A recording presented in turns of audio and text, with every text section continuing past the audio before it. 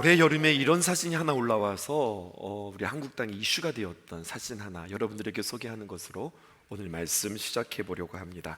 그 화제의 사진을 한번 여러분 보시겠어요? 이런 사진입니다. 강원도 원주의 한 사진인데요, 마치 한 동네 특정한 곳에 마치 하늘에 송곳이 뚫린 것처럼 말입니다. 뻥 뚫려서 그곳만 집중적으로 비가 쫙 내리는 이 사진이에요. 왜 화제가 되었냐면 구름 위에서 작정하고서 이곳에 막 비를 쫙 뿌리는 이 모습이, 이 사진이 AI로 활용한 합성 사진이다, 아니다, 이것은 내가 거기 있었는데 실제 사진이었다, 여러 가지 많은 갑론을박이 있었어요. 근데요 여러분, 결국 이것은요 한 시간 동안 약 70mm가 요 지역, 요 동네만 집중적으로 내렸던 송곳폭우라고 그래요. 이게 실질적으로 있었던 실제 사진입니다. 세상에 이런 일이, 비가 내려도 어떻게 이렇게 내릴 수 있을까? 먼 곳에 있는 것이 아니라 우리 가까이 원주라고 하는 곳에서 이런 일들이 있었던 거예요. 무슨 이야기를 여러분들과 하고 싶으냐면 오늘 이상기후에 대해서 여러분들과 이야기하고 싶어요. 이 이상기후의 문제는 남의 나라 이야기가 아니라 우리 발투 다가온 우리의 문제고 우리의 이야기구나, 이것들을 깨닫게 되었습니다. 여러분, WMO라고 아실까요? 세계 기상기구라고 하는 이 WMO는 올해 2024년도 7월 21일에 이런 발표가 있었습니다. 지구 역사상 가장 뜨거운 날이 찾아왔습니다, 이런 발표를 한 거예요. 지구 표면 온도를 계속해서 측정하기 시작했는데요, 1940년도부터 시작해서 이 지구에 있는 이 표면의 평균 온도를 재기 시작했어요. 그랬는데 올해 2024년도 7월 21일에 가장 뜨거웠답니다. 그 평균 온도가 17.09도래요 17도면 뭐 그렇게 높지 않은 거 아니에요? 생각하기 쉬운데 이게 평균 온도라는 거죠. 북극, 남극, 저 시베리아 반도, 툰드라 지역 포함해서 적도에 있는 지역, 이 모든 지역의 모든 온도들을 더하고 n분의 1로 나눈 거거든요. 그 평균 온도가 17.09도, 가장 높은 그 기온을 찍었다는 거예요. 그런데 더 놀라운 일이 생겼어요. 그렇게 2024년도 7월 21일 우리는 가장 높은 온도를 찍었습니다 그랬는데 그 다음날 이 기록이 갱신됐어요. 그 다음날 17.15도가 되었습니다. 그러니까 하루 만에 더 높아진 거예요. 그러니까 하루 만에 신기록이 다시 갱신되어진 거죠. 이런 일들은 그냥 10년에 한 번 정도 있을까 말까 한 일들인데 이게 지금 하루 사이에 이렇게 벌어지니 대단히 이게 심각한 문제다, 많은 이들은 이야기했어요. 조금 다른 이야기 해볼게요. 여러분, 감수성이라고 들어보셨어요? 야, 감수성이 풍부하네. 여러분, 감수성이라고 하는 것은요, 흔히 주변의 변화를 섬세하게 감지하고 민감하게 반응하는 사람들을 가리켜서 감수성이 풍부하다, 그렇게 이야기하거든요. 정의를 이렇게 내립니다. 사람이 외부 세계의 자극을 받아들이고 느끼며 반응하는 게 이게 좀 더 섬세한 거예요. 그래서 감수성이 높다, 감수성이 낮다, 그렇게 이야기하죠. 요즘 우리가 경험하는 외부 세계의 자극 중, 외부에서 우리에게 다가오는 여러 가지 많은 자극들이 있는데 그 중에서 가장 두드러진 변화, 그리고 우리가 표면적으로 느끼는 것 중에 하나는 바로 무엇이냐면 기후라는 거예요. 예전보다 사람들이 일기예보를 더 열심히 본대요. 혹은 핸드폰의 어플에 오늘 날씨는 어떨지, 또 이번 주의 날씨는 어떨지 이 체크하는 빈도수가 굉장히 많이 높아졌다고 그래요. 여러분들에게 지난주에 소개했던 트렌드 코리아 2025년도에서는요 이런 이름을 하나 붙였습니다. 그것은 바로 감수성에다가 앞에다가 기후라는 말을 붙여서 기후 감수성이래요. 무슨 말인가 하면 기후에 민감하게 반응하는 태도 혹은 능력이라고 하는 거죠. 끝을 알 수 없는 지구의 온도 상승, 도대체 몇 도까지 찍을까요? 그리고 이렇게 정말로 막 변하게 되어지는 이 기후에 우리가 지금 살아가고 있는데 이러한 환경에 대하여서 성경은 우리에게 무엇이라고 이야기할까요? 11월을 맞이하면서 여러분들과 함께 우리는 2025, 내년에는 이러한 트렌드, 이러한 유행, 이러한 경향들이 있을 것입니다라고 세상이 발표한 자료들을 우리가 열심히 보면서 그렇다면 우리는 어떻게 살 것인가, 성경에 대해서 그것으로 우리는 답을 내고 있는데, 오늘 성경을 통하여서 우리는 이러한 기후와 이런 환경에 대해서 우리는 어떠한 태도로, 어떤 모습으로 살아가야 할 것인가 함께 생각하는 귀한 시간 되었으면 좋겠습니다. 이 본문을 창세기로 정했어요. 그리고 창세기에 하나님께서 우리를 창조한 이야기들을 쭉 살펴보는데, 창세기 1장에 보니까 아주 특이한 것 한 가지를 발견하게 되었습니다. 하나님께서 우리를 창조하다라고 하는, 창조라고 하는 단어가 히브리어로 바라예요. 그런데 창조의 이야기는 그냥 창조만 끝나는 것이 아니라 창세기 1장에는 창조의 이야기 플러스 복의 이야기가 있더라고요. 그런데 이 복의 이야기는, 이 복이라고 하는 단어는 바라크예요. 창조하다라고 하는 것은 바라, 그리고 복이라고 하는 것은 바라크. 그러니까 이 창조와 복이 서로 무관하지 않다는 거죠. 어떤 관계가 있다는 거예요. 그런 관점에서 성경을 쭉 살펴보니까 보이는 게 있었어요. 창세기를 쭉 살펴보니까 어떤 말들이 반복되어지냐면, 창세기 1장 22절에 하나님께서 동물들에게 복을 주시는 이야기가 성경에 기록되어 있어요. 그리고 1장 28절에는 하나님께서 사람을 창조하시고 사람에게 복을 주셨어요. 또 2장 3절에는 날에게도 복을 주셨습니다. 안식일을 복되게 하셨어요. 5장 2절에는 아담에게 복을 주셨고, 9장 1절에는 노아에게 복을 주셨고, 12장 3절에는 아브라함에게 복을 주셨고, 그 이하 보면은 많은 족장들에게 하나님께서 복을 주시는 이야기가 창세기에 빼곡하게 채워졌어요. 근데 하나님께서 복을 주실 때 그냥 복 받아라 이렇게 복을 주시는 게 아니라 복을 주시면서 명령하시더라고요. 1장 28절 보겠습니다. 우리 함께 같이 읽어볼게요. 창세기 1장 28절입니다. 함께 읽읍시다. 시작. 하나님이 그들에게 복을 주시며 하나님이 그들에게 이르시되 생육하고 번성하여 땅에 충만하라. 땅을 정복하라. 바다의 물고기와 하늘의 새와 땅에 움직이는 모든 생물을 다스리라 하시니라. 하나님께서 부르셨어요. 사람을 지으셨어요. 그리고 얘들아, 내가 지금부터 복 줄게. 하나님께서 복을 주시기 시작해요. 무슨 복을 주실까? 그랬더니 5가지를 주시는 거예요. 5가지를 말씀하시는 거예요. 뭐냐? 생육하고 번성하고 충만해라.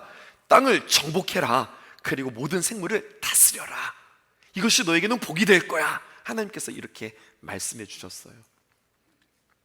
하나님은요, 우리에게 복을 주시는 하나님일 뿐만 아니라 이 복들에 대해서는 우리에게 지금 주님께서 명령하시잖아요. 이것에 순종할 수 있도록 하나님께서는 우리에게 힘도 주세요. 또 우리에게 그러한 환경도 만들어 주시는 분이세요. 자, 복 줄 테니 받아라 이런 것이 아니라 복을 받을 수 있는 그릇을 하나님께서 우리에게 예비하시고 준비하신단 말이죠. 이게 하나님의 복이에요. 그런데 흥미로운 것 한 가지가 있었습니다. 하나님께서 창조하시고 복 주셨다고 했잖아요. 바라하고 바라크 하셨다 했는데 뭐가 빠져 있어요. 뭐가 빠져 있는가 보았더니 흥미로운 것은 창세기 1장 22절에 하나님께서 쭉 창조하는 이야기가 나오는데, 하늘의 새와 물고기를 창조하시면서 보기에 심히 좋았다고 말하면서 그들에게 복을 주세요. 뭐라고 복을 주시느냐? 앞에서 했던 이야기예요. 생육하고 충만하고 번성하라. 하나님께서 복을 주셨어요. 그 다음 이제 땅 위에 동물들을 지으셨어요. 동물들도 기다렸겠죠. 하나님께서 우리에게 또 어떤 복을 주시려나? 그런데 동물들에게는 이 말이 없는 거예요. 하늘의 새와 물고기에는 생육하고 번성하고 충만해라 이렇게 말씀해 주셨는데, 땅의 동물들에게는 그냥 보기에 좋았다고만 말씀하셨지 지금 이러한 축복의 대목이 없는 거죠. 이게 뭘까? 성경의 학자들은 연구하기 시작했습니다. 그러자 2가지 의견들이 있어요. 여러 가지 많은 의견들이 있는데 여러분들에게 2가지 의견을 소개할게요. 첫 번째는 이런 의견입니다. 하나님께서 땅에 사는 동물들이 이 사람과 함께 살아가는데, 땅 위에서 같이 공존하는데, 이게 경쟁하거나 혹은 이 동물들이 너무 많아져서 사람의 생존에 위협할 수 있게 된다는 거죠. 그래서 위협할 수 없도록 하나님께서 그들에게 복의 말씀을 주시지 않았다는 거예요. 사람이 중요하지, 너희들이 너무 커지고 너희들이 너무 생육하고 번성해서 사람에게 위협할 존재가 될까봐 복을 주지 않았다, 이런 의견이 있어요. 근데 뭔가 좀 석연치 않아요. 근데 또 하나의 해석이 있습니다. 어떤 해석이냐? 사람에게 복을 주셨어요. 사람에게는 세 가지가 아니라 다섯 가지를 주셨죠. 생육하고 번성하고 땅에 충만하라, 그리고 정복하라, 다스리라 라고 하는 이 다섯 가지의 복을 주시면서 너희들이 이 땅에 살아가면서 이 귀한 복들을 누릴 뿐만 아니라 너를 통하여서 이 복이 흘러가기를 원해. 그래서 너를 통하여서 이 땅의 생물들이, 이 땅의 동물들이 너를 통하여서 번성하기를 원해. 하나님께서 이렇게 우리를 복의 통로로 삼으셔서 짐승들에게는 복을 주시 않았다, 이렇게 해석하기도 한단 말이죠. 저는 후자가 조금 더 타당하다고 생각했어요. 하나님께서는 인간을 통해서 땅의 짐승들을 축복하기 원하셨구나, 이렇게 깨닫는 거죠. 그러면 우리 다시 정의할 수 있어요. 우리 신앙은 정의 싸움이라고 했는데 어떻게 정의할 수 있느냐? 사람은 누구입니까? 사람은 복의 종착지가 아니라 복의 유통자입니다. 여러분, 이 단어를 마음속에 한번 새겨보세요. 우리는 신앙생활하고 우리가 이 땅에 살아가면서 하나님 우리에게 복을 주세요 라고 하나님의 귀한 복을 받기를 원한다고요.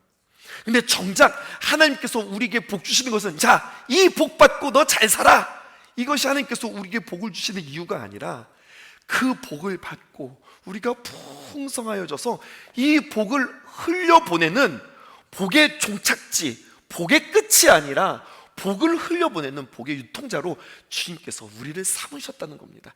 이것이 바로 우리의 삶이라는 거예요. 저는 우리 신성의 성도들이 복을 풍성히 받는 복된 사람들 되기를 주님의 이름으로 축복합니다. 복 받는 사람일 뿐만 아니라 나를 통하여서 이 복이 아름답게 흘러갈 수 있었으면 좋겠어요. 그럼 우리가 이 복을 어떻게 흘려보낼 수 있을까? 좀 더 성경을 찾아볼게요.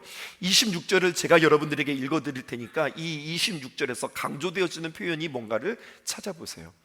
하나님이 이르시되 우리의 형상을 따라 우리의 모양대로 우리가 사람을 만들고 그들로 바다의 물고기와 하늘의 새와 가축과 온 땅에 기는 모든 것을 다스리게 하자 하시고, 제가 26절 읽어드렸어요. 혹시 강조되어지는 표현 혹시 찾을 수 있었을까요? 띄워주시죠. 26절에 보니까요, 계속해서 우리의 형상을 따라 우리의 모양대로 우리가 사람을 만들고, 지금 분명히 하나님은 한 분이신데 단수가 아니라 복수로 표현되어져 있어요. 이것은 무엇을 말하는 걸까요? 하나님은 누구십니까?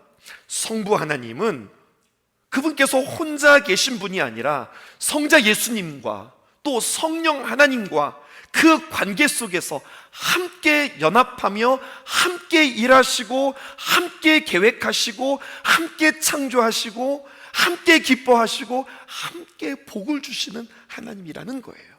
이게 하나님입니다. 그래서 하나님은요, 우리라고 하는 표현을 참 기뻐하셨어요. 그러고 보니까 주기도문도 마찬가지예요. 주기도문, 주님께서 우리에게 가르쳐 주신 그 기도 가운데도 하늘에 계신 우리 아버지 하나님, 우리에게 이렇게 가르쳐 주셨어요.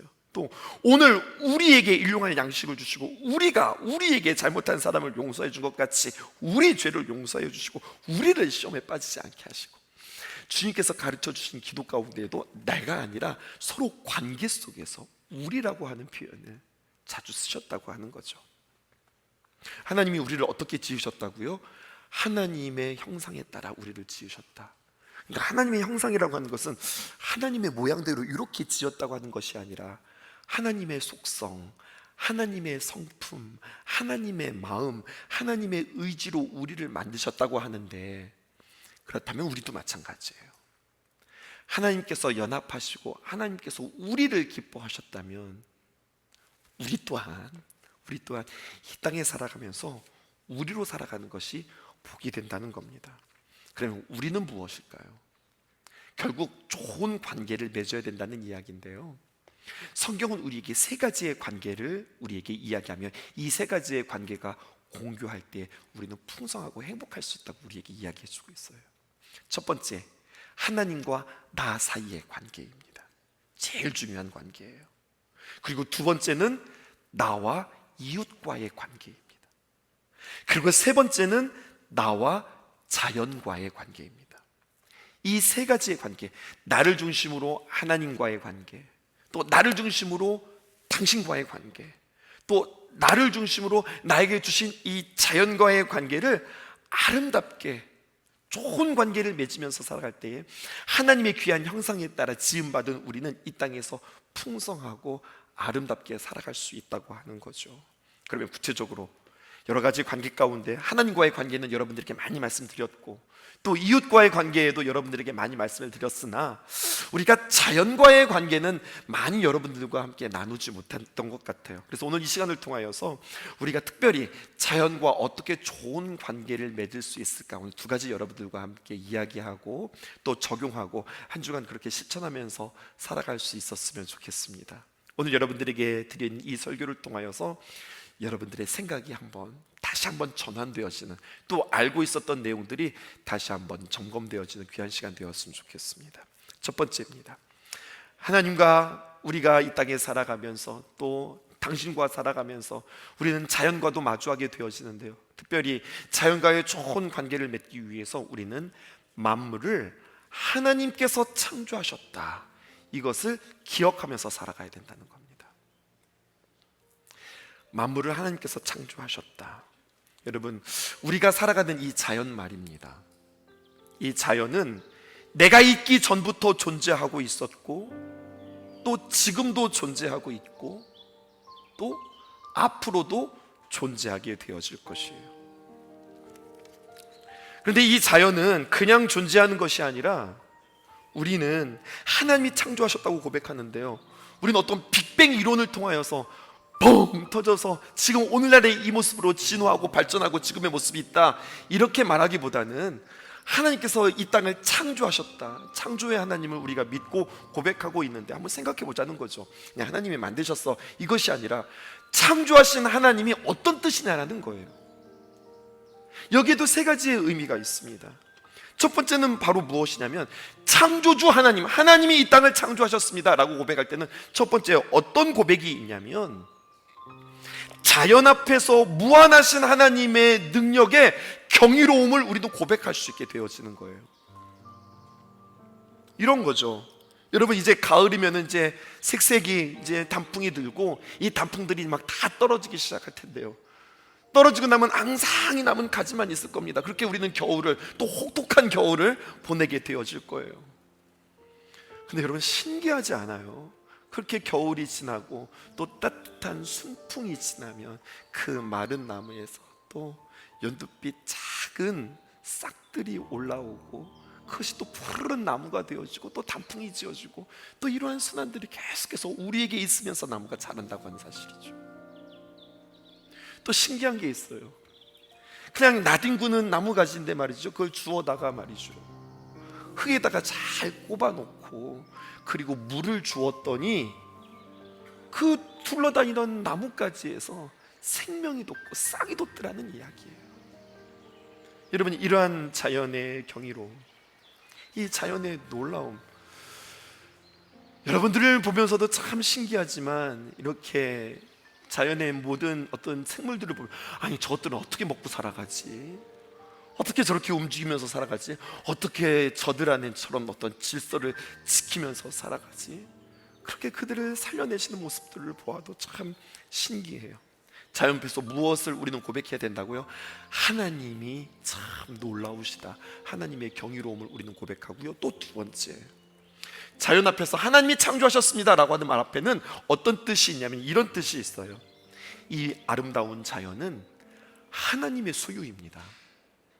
하나님께서 만드셨으니 하나님의 것입니다. 근데 이 자연을, 우리를 참 사랑하셔서 우리에게 이 자연을 주셨습니다. 하나님이 세상을 이처럼 사랑하사 독생자를 주셨으니, 독생자 예수 그리스도를 우리에게 주실 뿐만 아니라 이 아름다운 자연도 우리에게 선물로 주셨다고 하는 거죠. 이것도 고백하실 수 있으셔야 해요. 마지막 한 가지 더, 이 창조하신 하나님의 귀한 자연 가운데에는 여기에도 똑같이 하나님의 정성, 하나님의 숨결, 하나님의 마음이 담겨져 있다는 거예요. 사람은요, 그 사람의 스타일이 있어요. 그 사람이 입는 옷의 스타일이 있고요, 또 그 사람이 이렇게 살아가는 그 환경의 스타일이 있어요. 그의 마음의 정서와 그리고 그의 생각들이 그렇게 옷에도 또 외모에도 또 그의 살아가는 환경 속에서도 그렇게 이렇게 나타나는 거예요. 그러니까 내가 어울리는 옷이 있어요. 또 나에게 주어진 환경들이 있는 거예요. 근데 이런 식으로 한번 해석해 볼까요? 하나님의 형상, 하나님의 마음, 하나님의 의지가 자연 속에 고스란히 그대로 하나님의 스타일로 담겨져 있다고 하는 거죠. 우리 하나님은 어떤 하나님이신가? 전 여러분들한테 이렇게 소개하고 싶어요. 하나님은 단조롭지 않으세요. 수많은 물고기와 수많은 새떼들과 수많은 짐승들이 어쩜 그렇게 각각이에요. 하나님은 이렇게 다양하신 하나님이세요.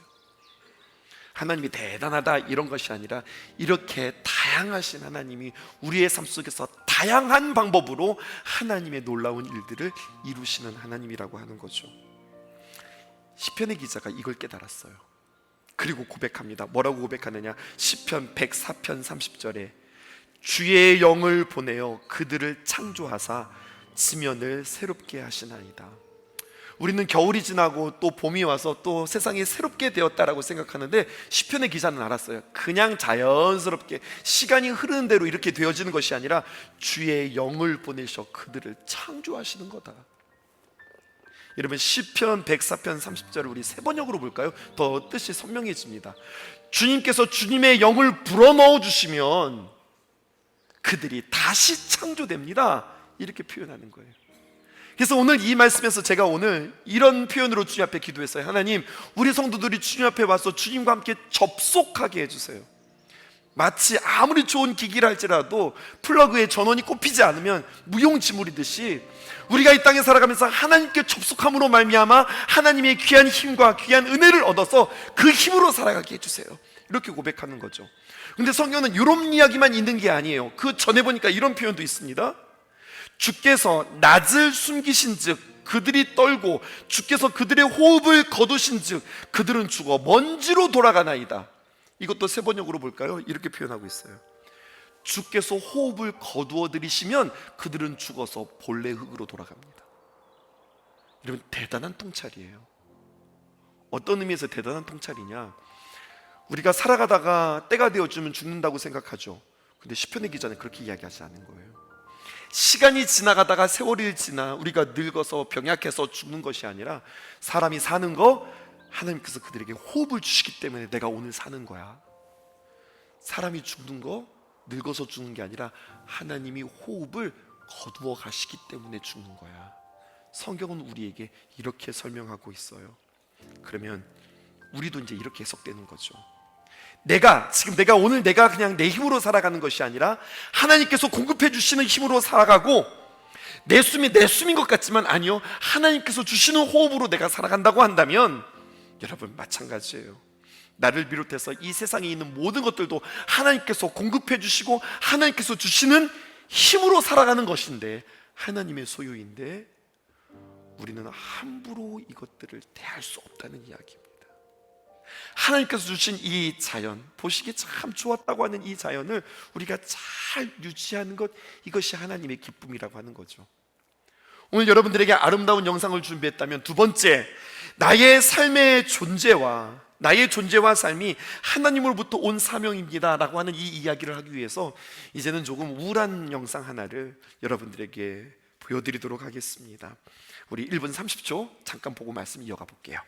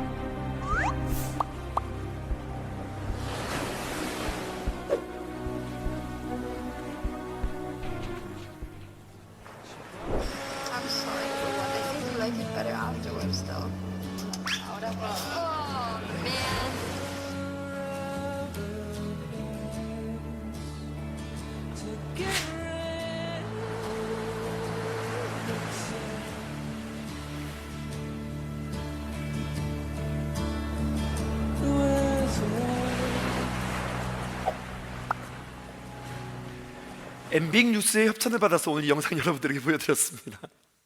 오늘 왠지 제가 환경운동가처럼 여러분들에게 보여주실까요? 아니에요. 근데 저는 제가 그런 이야기를 하려고 하는 게 아니에요. 우리의 신앙이 우리의 삶과 무관하지 않다는 이야기 하는 거예요. 우리가 하나님을 믿는다, 우리가 하나님을 섬긴다라고 하는 사람들이 이 땅에서 하나님이 창조하신 이 세상을 어떻게 마주하면서 살아갈까?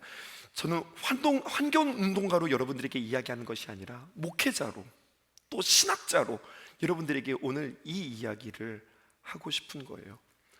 혹시 보셨어요? 이 쓰레기가 플라스틱이 모였는데 그 모여진 플라스틱의 군락이 대한민국 땅의 15배라는 거. 2050년이 되어지면 물고기의 그 무게보다 플라스틱의 바다에 떠 있는 그 플라스틱의 무게가 더 많아진다는 거. 이거 심각한 상황 아닙니까? 이 모습을 바라보면서 다시 한번 우리는 성경 창세기 1장 28절에 있는 말씀을 다시 한번 해석할 수 있어야 하겠습니다. 다시 한번 읽어볼게요. 시작. 하나님이 그들에게 복을 주시며 하나님이 그들에게 이르시되 생육하고 번성하여 땅에 충만하라. 땅을 정복하라. 바다의 물고기와 하늘의 새와 땅에 움직이는 모든 생물을 다스리라 하시니라. 여러분, 하나님이 사람을 지으시고 그들에게 복을 주실 때 하나님도 감정이 있으신 거잖아요. 하나님도 정서가 있으시잖아요. 복을 주시면서 그들에게 말하세요. 생육해라, 번성해라, 땅에 충만하라. 이렇게 말씀하시는 하나님의 마음은 어떤 마음이시겠어요? 외롭고 우울하고 짜증나는 마음으로 생육하고 번성하고 땅에 충만하라, 그렇게 말씀하셨을까요? 아니에요. 하나님은 기대에 차서 기쁨 가운데, 정말로 소망 가운데, 자, 내가 너희들한테 맡길 테니 너희들은 이 일들을 참 잘 감당할 거야. 주님께서 이 마음으로 그들에게 이렇게 명령하신 것은 하나님이 못하셔서가 아니라, 하나님이 바빠서가 아니라, 너희들이 이렇게 살 때에 기쁨이 있을 거야, 행복이 있을 거야, 참 밝음이 있을 거야. 이것을 우리에게 주시기 위해서 하나님께서 명령하시는 거거든요. 그 마음입니다. 그러므로 여러분, 우리는 이 땅에 살아가면서 어떤 의무가 있냐면, 하나님께서 주신 그 마음, 기쁨, 그 환희, 그리고 그 밝음, 그 함께하는, 이것을 우리는 늘 우리 마음속에 누리면서 사셔야 하는 저와 여러분들이셔야 합니다. 여러분, 오늘 성경에 보니까 생육하고 번성하여 땅에 충만하라 라고 하는 말에 대해서 너무너무나 좋았는데, 그 다음 말씀을 잘못 번역한 것 같아요. 땅을 정복해라, 그리고 모든 생물을 다스려라 라고 하는 이 말에 대해서 기독교의 역사를 이렇게 돌아보면 사람들은요, 이 말에 대해서 어떻게 해석했냐면, 사람이 세상에 대해서 함부로 해도 된다, 마음껏 갖다 써도 된다, 이런 식으로 해석했단 말이에요. 이 말씀을 오해해서 내가 좋을 대로, 내가 편한 대로, 나에게 유익이 된다면 그냥 가차없이 쓰는 거예요. 또 내가 즐겁다면 내가 마음껏 쓰는 거예요. 이렇게 이 말씀을 오해한 우리들은 아닌가라고 생각하는 거죠. 조금 더 생각해 보십시다. 하나님께서 창조할 때마다 창조로 끝난 것이 아니라 창조의 끝에는 언제나 하나님께서 한마디씩 계속 붙이셨어요. 그건 뭐냐면, 보기에 심히 좋았더라, 보기에 좋았더라, 하나님께서 그렇게 말씀하셨어요. 근데 뭔가 좀 이상하지 않아요? 예를 들어 볼게요. 제가 열심히 이 컵을 만들었어요. 그리고 딱 완성이 되었네요. 그러더니 저 스스로 혼자 이걸 보면서 이야기하는 거예요. 야, 보기 좋다, 잘 만들었다, 오, 대단하다. 아니, 우리 권사님들이나 우리 장로님들이나 우리 집사님들이 목사님 잘 만드셨는데요, 이러면 뭔가 좀 자연스러운데, 아니, 당신들은 아무 말도 하지 않는데 나 혼자 너무 좋다는 거예요. 잘 만들었다, 좋다. 뭔가 이상하잖아요. 오늘 성경이 하나님께서 온 우주 만물을 만드시고 보시기에 좋았다, 심히 좋았다라고 하는 이 토우브라고 하는 말은요, 그냥 감정적으로 그냥 그 기쁨이, 그 느낌이 좋다는 뜻이 아니에요. 한 가지 더 의미가 있습니다. 여러분, 토우브, 좋았더라라고 하는 의미는 뭐냐? 옳다, 선하다라고 하는 뜻인 거예요. 하나님께서 이 세상을 만들고 옳다, 선하다라고 이야기했는데, 이 하나님께서 만드신 이 자연이 훼손되어지고 변질되어지고 그리고 오염되어지면 이건 선한 것이 아니라 악한 것이 되어지고요, 옳은 것이 아니라 그른 것이 되었단 말이에요. 근데 그렇게 만든 장본인이 누구냐는 거예요. 우리라고 하는 거죠. 우리는 죄라고 하면은요, 누구 미워한 거, 시기한 거, 욕심부린 거, 짜증낸 거, 대부분 우리 안에 있는 어떤 감정들로 인해서 하나님 앞에 회개하고 하나님 앞에 부족하다고 나아가는데, 오늘 이렇게 비추어 보니 우리에게 주신 자연에 대해서 무관심하고 함부로 했던 이것도 하나님 앞에서 큰 불충이었구나, 이것을 깨닫게 되어지는 거예요. 우리는 하나님의 사람, 우리 안에 성령님이 계신 사람, 그 사람은 성령의 사람일 수 있는데요, 이 성령의 사람은 성령의 열매를 맺어요. 근데 성령의 열매 가운데 마지막 열매가 뭔 줄 아세요? 절제예요. 절제. 이것이 있는 사람이 하나님의 사람이라고 이야기해요. 근데 여러분, 절제라고 이야기할 때에 내가 정말로 절제의 사람인가 한번 돌이켜 보았으면 좋겠어요. 이 땅에 분명히 지구 안에는 화석 연료라고 하는 것이 분명히 제한되어 있을 텐데, 우리는 이것들을 함부로 마음껏 썼던 우리들의 모습은 아닌가 생각하는 거죠. 철학자 하이데거는 이렇게 이야기했대요. 인류의 기술의 본질은, 인류가 기술이 발달되었고 점점점 그들이 발전되어지는 모습의 본질을 보았더니, 결국 그 기술 발전한 것으로 무언가를 하는가 보았더니 결국 이 땅에 대해서 닥달을 하더라는 이야기예요. 기술이 발전되어지면 발전되어질수록 내놓으라는 거예요. 계속 연료들을 내놓으라는 거예요. 우리는 더 좋은 것, 더 큰 것, 더 새로운 것들을 만들기 위해서 계속 내놓으라고, 기술이 발전하면 발전할수록 이 땅을 향해서 닥달하더라는 이야기죠. 근데 여러분, 그거 아셔야 되죠. 여러분, 이 땅에 내놓을 수 있는 것이 언제나 한계가 있어요. 근데 한계가 있음을 우리가 알매도 불구하고 무한정으로 계속해서 우리가 쓴다는 겁니다. 예전에 우리가 물건을 살 때는 말이죠, 그것이 닳아서 없어질 때까지, 오래 사용하다가 망가져서 못 쓸 때까지, 찢어져서 그리고 해져서 우리가 새로운 것들을 구입하고 새로운 것들을 사고 그렇게 되었는데요, 요즘에는 그렇게 안 하죠. 낡아서 버리기보다는 지루해서 버리지요. 그리고 새로운 것을 있음에도 불구하고 또 사지요. 언제나 장을 열어보면 내가 입을 옷이 없는 거예요. 입을 옷이 없어요. 어디 나갈 때 입을 옷이 없는 거예요. 저 또한 마찬가지인 것 같아요. 한번 생각해 볼까요? 우리의 소비를 한번 생각해 볼까요? 우리의 삶을 한번 생각해 볼까요? 뭐 내 돈 주고 내가 샀는데 뭐가 문제예요? 근데 여러분 생각해 보세요. 내 돈 주고 내가 그것을 샀지만 그 물건이 내게 오기까지 쓰여진 화석 연료는 얼마이며, 또 색깔을 내기 위해서 염색은 또 어떠하였으며, 그 염색을 내기 위해서 또 물은 얼만큼 썼으며, 또 어마어마한 에너지가 투입되었고 또 인력이 투입되어진 거잖아요. 근데요, 지루해서 버려버려요. 그럼 점점점 이 땅에는 양과 무게로 쌓여지게 되어지고 이제는 버릴 곳조차 없게 되어지는 현실을 우리는 마주하게 되어지는 거예요. 그렇다고 한다면 여러분, 나 좋을 대로 욕망에 따라서 살던 나의 삶의 방식들을 한번 점검해 보면 어떨까요? 불편해요. 좀 우리가 자연스럽지 않을 수 있어요. 하지만 새로운 삶을 훈련하는 것, 우리가 기도 훈련하고 또 말씀 훈련하고 또 우리의 마음 훈련하고 이런 훈련들이 있잖아요. 근데 여러분, 우리가 생활의 훈련도 필요하지 않을까 생각했어요. 그래서 감리교회는요 2024년도에 3R 운동을 했습니다. 이것은 이런 운동이에요. 3R, Reduce, 줄이고요, Reuse, 재사용하고요, Revival, 창조 세계의 부흥을 이끄는 우리 기독교 대한감리회, 이 운동이 우리 가운데 있어요. 여러분, 이 줄인다라고 하는 것에 대해서 우리는 이렇게 기도해 보면 어떨까요? Reduce, 소비 위주의 삶을 우리가 주님 앞에 회개하는 거예요. 에너지 소비도 줄이고 일회용품 사용도 줄이고, 또 우리가 너무 과하게 먹는 거는 아닐까? 과한 식사는 아닐까? 공동 식사로 잔반도 좀 줄여보고, 또 여러분 reuse, 우리 편리하게 위하여서 우리가 마음껏 썼는데요, 편리 위주의 삶을 회개하는 거예요. 재생용품을 활용하고 재생에너지를 사용하고 또 행사용품을 또 재활용하는 것 어떨까요? 리바이벌 이런 거예요. 창조 세계의 부흥을 위하여서 힘쓰는 거죠.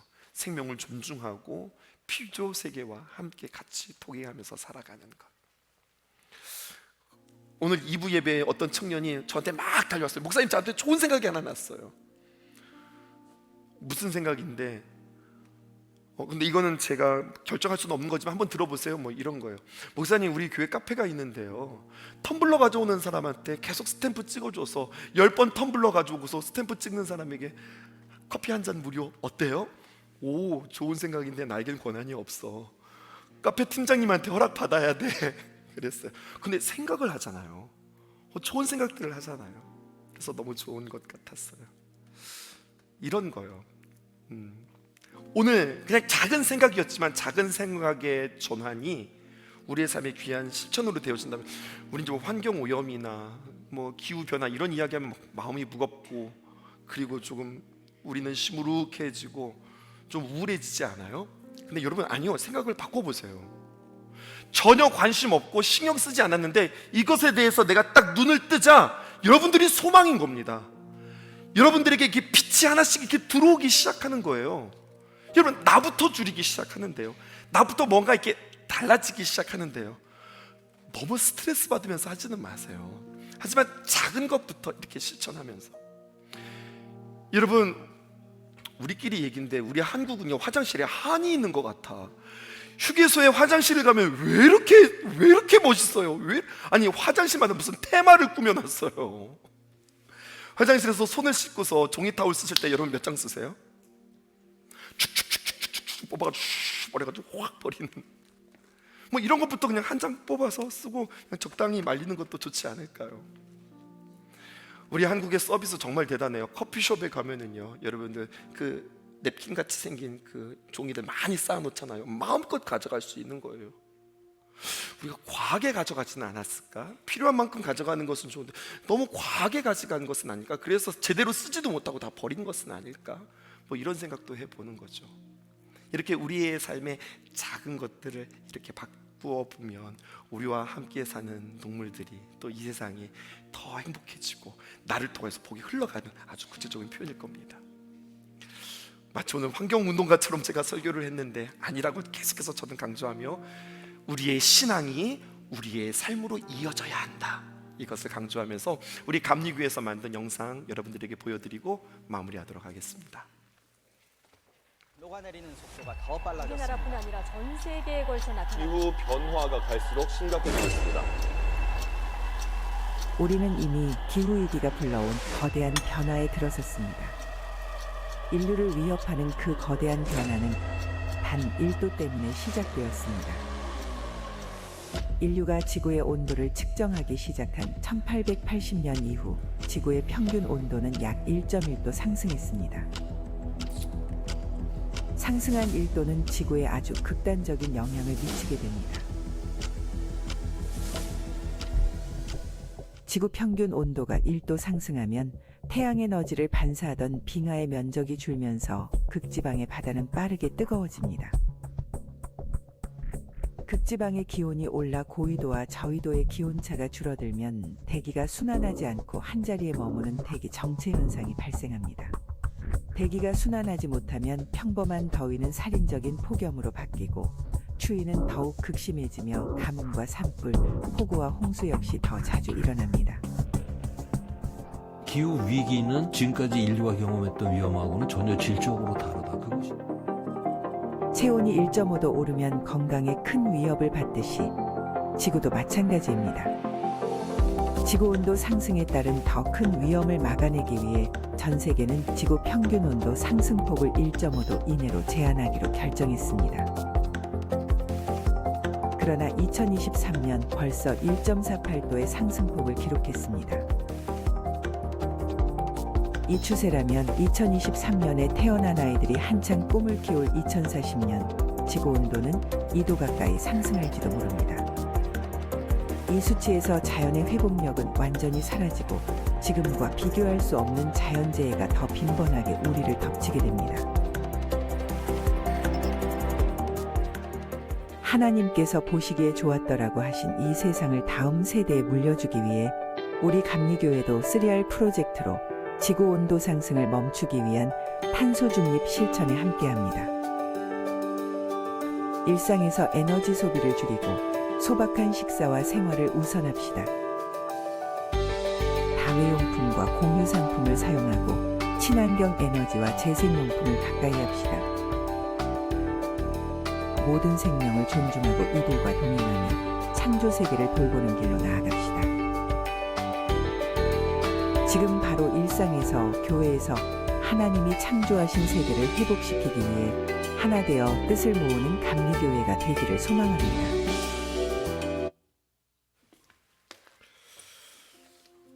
우리가 오늘 예배를 마무리하면서 한 가지 주의해야 될 점은 내가 실천하는 거예요. 다른 사람에게 막 강요하지 않았으면 좋겠습니다. 재활용하라고 그랬잖아, 텀블러 쓰라고 했잖아, 막 다른 사람 막 지적하고 막 정죄하고 그러지 말고 그냥 나만 잘하면 되는 거예요. 옛날에 영화에 그 한 제목이 있었던 것 같은데, 한 대사 있었던 것 같은데, 너나 잘하세요. 있죠. 우리만 잘하면 될 것 같아요. 나만 잘하면 될 것 같고요. 그렇게 다른 사람한테 강요하지 않았으면 참 좋겠고, 그렇게 우리의 삶이 우리를 통해서 더욱더 행복해지는 귀한 첫걸음 선구자로 여러분들 쓰임 받았으면 좋겠습니다.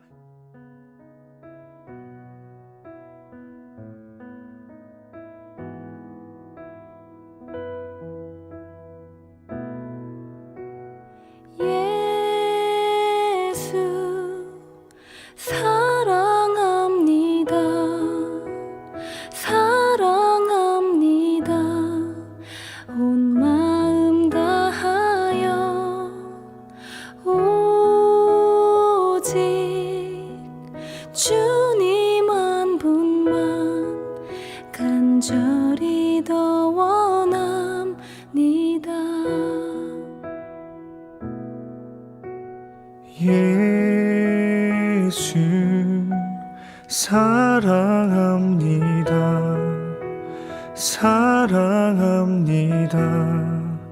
온 마음 다하여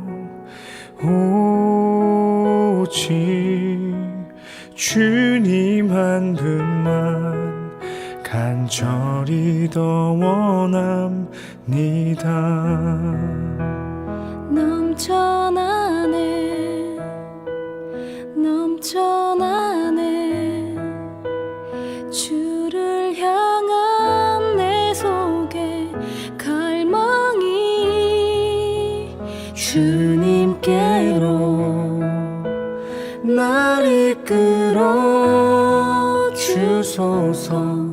주님을 더 원합니다.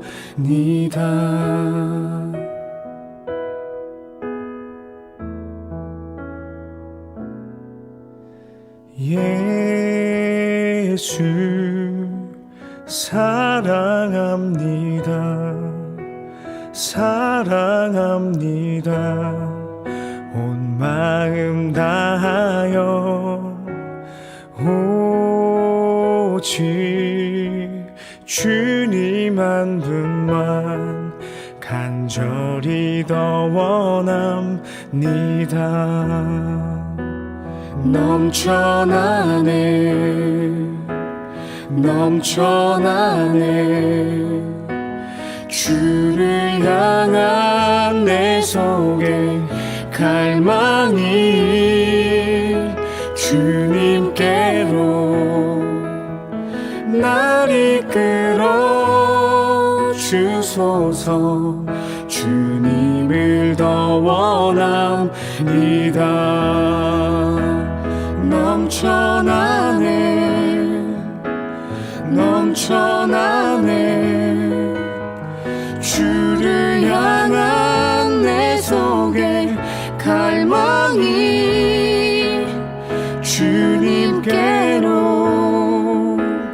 날 이끌어 주소서. 주님을